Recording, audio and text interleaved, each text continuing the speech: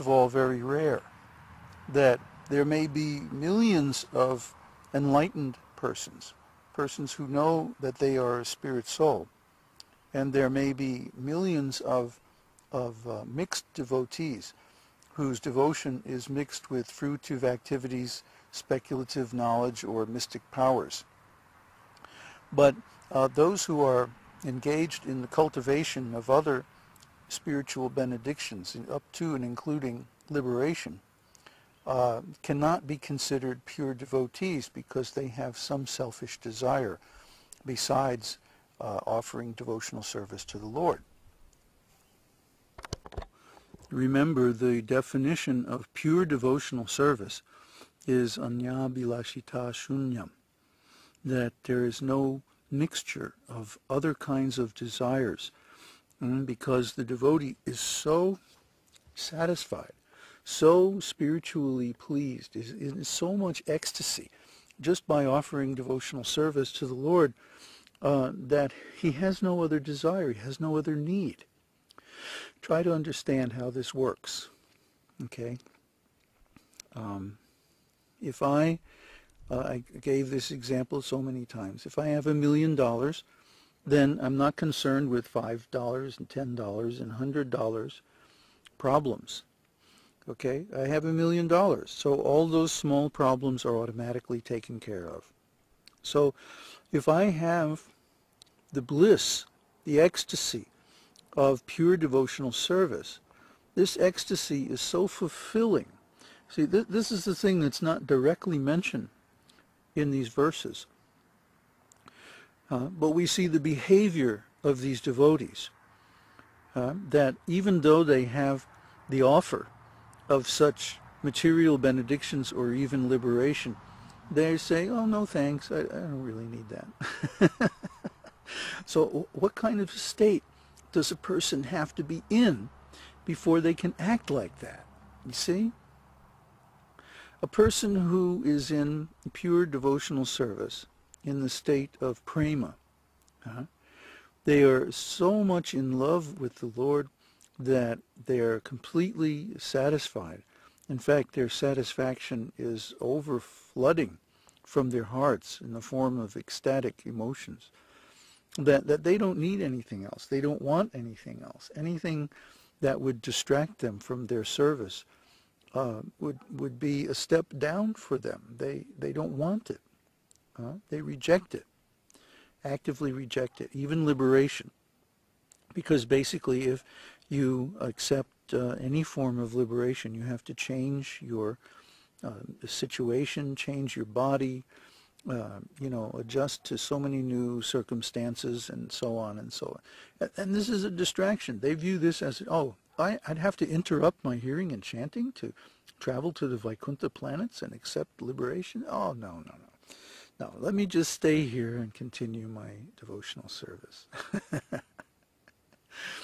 So try to understand the state of consciousness of the pure devotee is that he's so absorbed in his service. His service is such a source of profound pleasure for him that he doesn't, he thinks of even liberation as being an interruption. It's a distraction. It's like, oh, I don't need that. No, I just want to keep what I'm doing. So a person in that state of consciousness, they have to be so overflooded with transcendental bliss that they're like, oh, no, I don't even want to take time out to go to the spiritual planets. Thanks, Lord, but, I'm okay. Just let me keep worshiping you and glorifying you and hearing about your wonderful qualities. That's all a pure devotee wants to do. So it follows, if you think about it, that they must be in so much bliss that even the concept of liberation does not appear attractive to them. It's like, liberation? Take it or leave it. Therefore, devotional service surpasses all liberation in the satisfaction that it offers to the soul. That's the meaning of this. Think about it. How else would it be possible We heard shloka after shloka after shloka of the devotees rejecting liberation, offer of liberation, even from the Lord himself. And we heard shloka after shloka after shloka of Lord Shiva and Lord Indra and great authorities like that, saying that the pure devotees are so satisfied that they don't even want liberation. They don't care for liberation.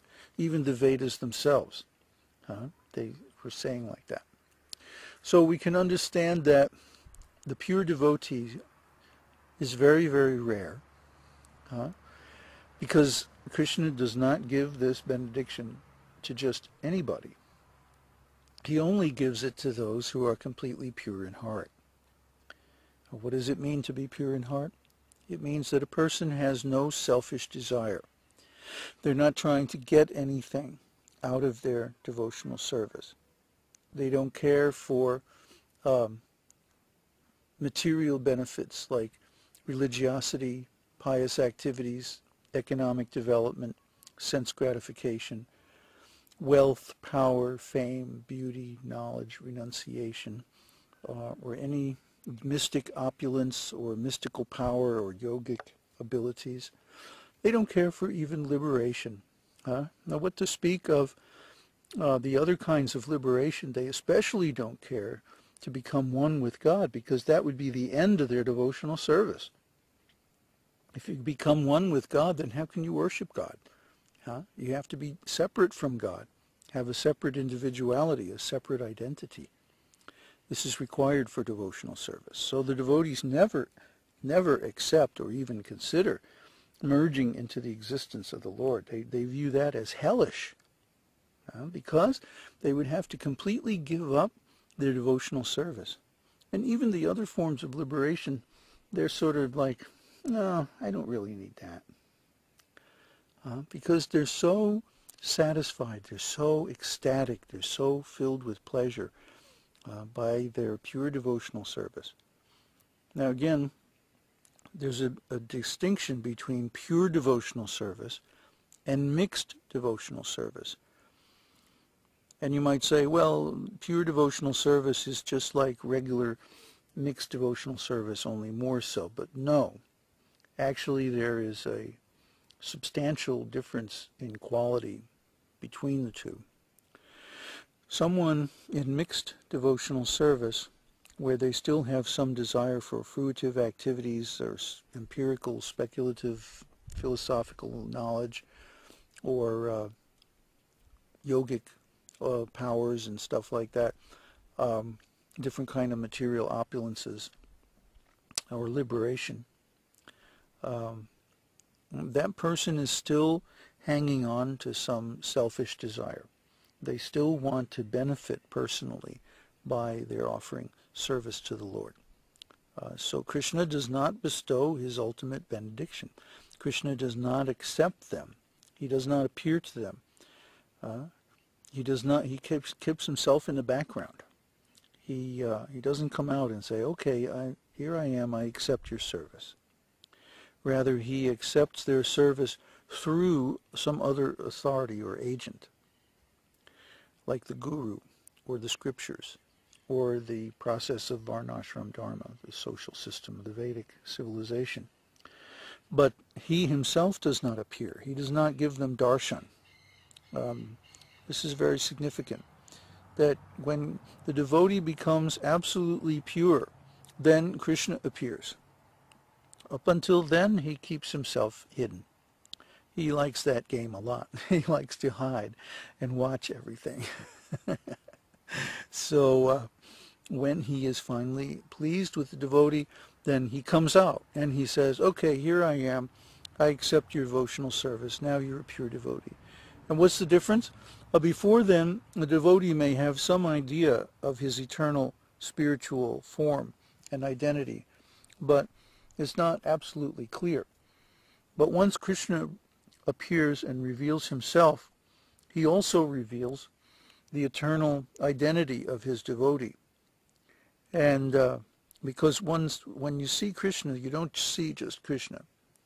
You see Krishna, his qualities, his activities, his abode, and the particular pastime or the particular service in which you are engaged with him, in which you are related with him eternally, then it also becomes manifest to your inner vision.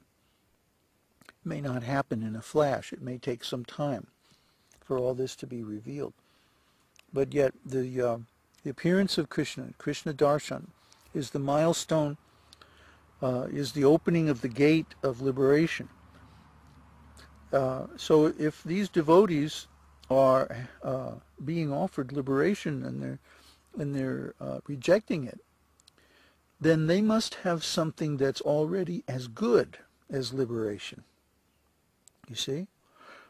If somebody offers me $1,000 and I say, no, I already have $1 million, thank you, but I don't need that. See? So the Lord is offering these devotees liberation